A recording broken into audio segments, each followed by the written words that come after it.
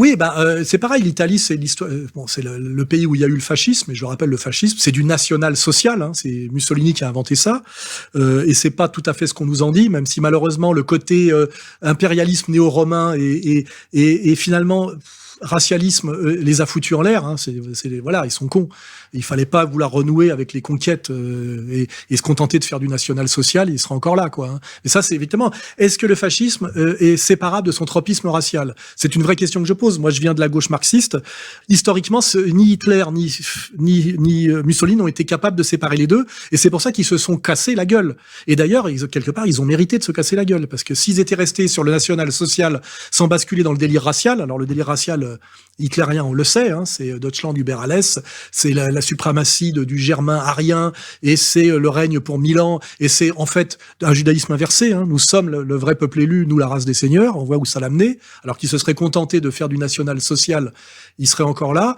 Et Mussolini s'est senti obligé de faire la même chose en voulant renouer avec l'empire romain et l'impérialisme, en essayant de botter le cul des Libyens, de ce qui n'était pas encore d'ailleurs les Libyens. Et c'est là que ça a tourné à la catastrophe. Et puis aussi de rejoindre l'Axe, parce qu'on lui a pas trop laissé le choix. En réalité, si ça n'avait pas basculé dans la guerre, le bilan était très positif, hein, le bilan social. Hein. C'est le premier d'ailleurs à avoir fait du social et du national comme ça. Hein. Après, le Front populaire n'a fait qu'imiter ça en France, n'oubliez pas. Hein. Et Staline a fait un peu la même chose en partant de beaucoup plus bas en URSS. Hein, voilà. Donc, on a bien en Italie, qui a d'ailleurs subi le pire confinement, qui a été le plus destructeur pour l'Italie du Nord, qui est le poumon économique de l'Italie, qui était en train d'échapper au pouvoir, on va dire, otanesque sur le plan géopolitique et économique, et de rejoindre la nouvelle route de la soie. On peut expliquer tout ça. Donc, ce confinement ultra-violent qu'il y a eu en Italie était aussi une destruction de la classe moyenne blanche entrepreneuriale, de la plaine du Pô, pour leur apprendre à obéir et à se soumettre. Et on voit bien qu'ils sont en train de basculer aussi des gilets jaunes aux gilets orange. Hein. Un migliaio di persone in piazza Duomo, Milano alza la voce, in contemporanea si riempiono anche le piazze di numerose altre città, Palermo, Catanzaro, Napoli, Cagliari e poi ancora Firenze, Bologna, Torino, Venezia, solo per citarne alcune. Sono i gilet arancioni e il popolo degli indignati, stanchi e vessati da una situazione che ha messo in ginocchio intere famiglie. Siamo contrari a questo governo, a questo regime e a questo modo di vivere. Quelli che sono qua a governarci devono venire nelle piazze a spiegare quello che stanno facendo, perché a 20.000 euro al mese mi devono spiegare cosa stanno facendo. Ci hanno ridotti alla fame, ci hanno chiusi il lockdown e hanno liberato i criminali. Questo governo deve cadere. Chiare e dirette le richieste della piazza, nessuna deroga ai diritti e alle libertà fondamentali violate, sostengono i manifestanti, da un lockdown durissimo e ingiustificato. Vogliono tenerci con il discorso del terrore per coprire tutte le schifezze che hanno fatto. Non dite anche qui 25.000 morti, non è vero, non usate i morti per retorica e per terrorismo. I dati dell'Istituto Superiore della Sanità dicono che il 96,3% sono morti per altre patologie. E allora dico, almeno qui diciamo la verità.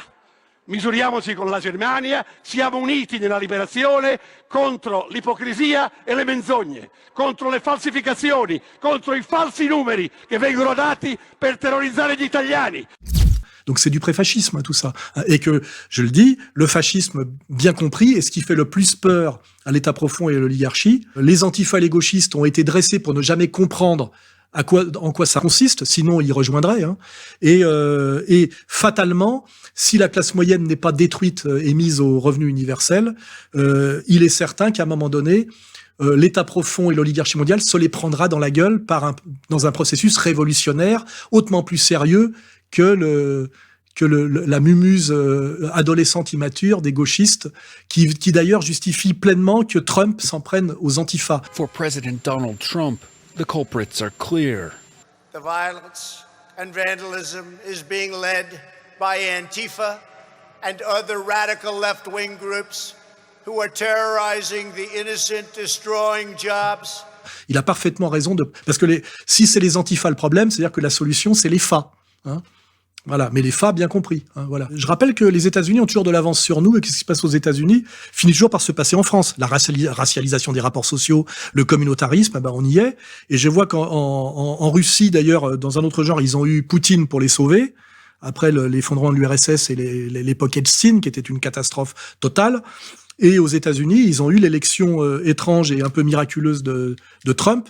Et d'ailleurs, on voit bien que l'État profond aux États-Unis fait tout pour empêcher la réélection de Trump, qui dit bien qu'en fait, il est sur le point de battre l'État profond. I have a chance to break the deep state. It's a vicious group of people. It's very bad for our country. Et qu'il est là, comme quoi le projet QAnon a une certaine réalité, pour drainer le marais. Et c'est pas très dur de comprendre ce que veut dire État profond quand on additionne les forces qu'il y a derrière. Hein. Donc l'espoir, c'est Trump, hein, je me suis pas trompé, qui d'ailleurs a bien dit qu'il voulait pas se laisser mener ni par l'État profond, c'est-à-dire les parasites du haut, ni se laisser emmerder, menacer par les parasites du bas, qu'il appelle les antifas. D'ailleurs, il appelle pas les Noirs, il est très intelligent, il est vraiment très intelligent politiquement, Trump. Il a pas dit j'ai un problème avec les Noirs, il dit j'ai un problème avec les antifas, parce que c'est les antifas qui manipulent les Noirs manipulables, ceux qu'on montre d'ailleurs et ceux qui se montrent, et les antifas, c'est les réseaux Soros. C'est toujours pareil, c'est cet État profond gauche dont la spécialité n'est pas de la question sociale, mais la manipulation des communautés toujours pour son avantage et sur le long terme au détriment des communautés manipulées. Hein, voilà.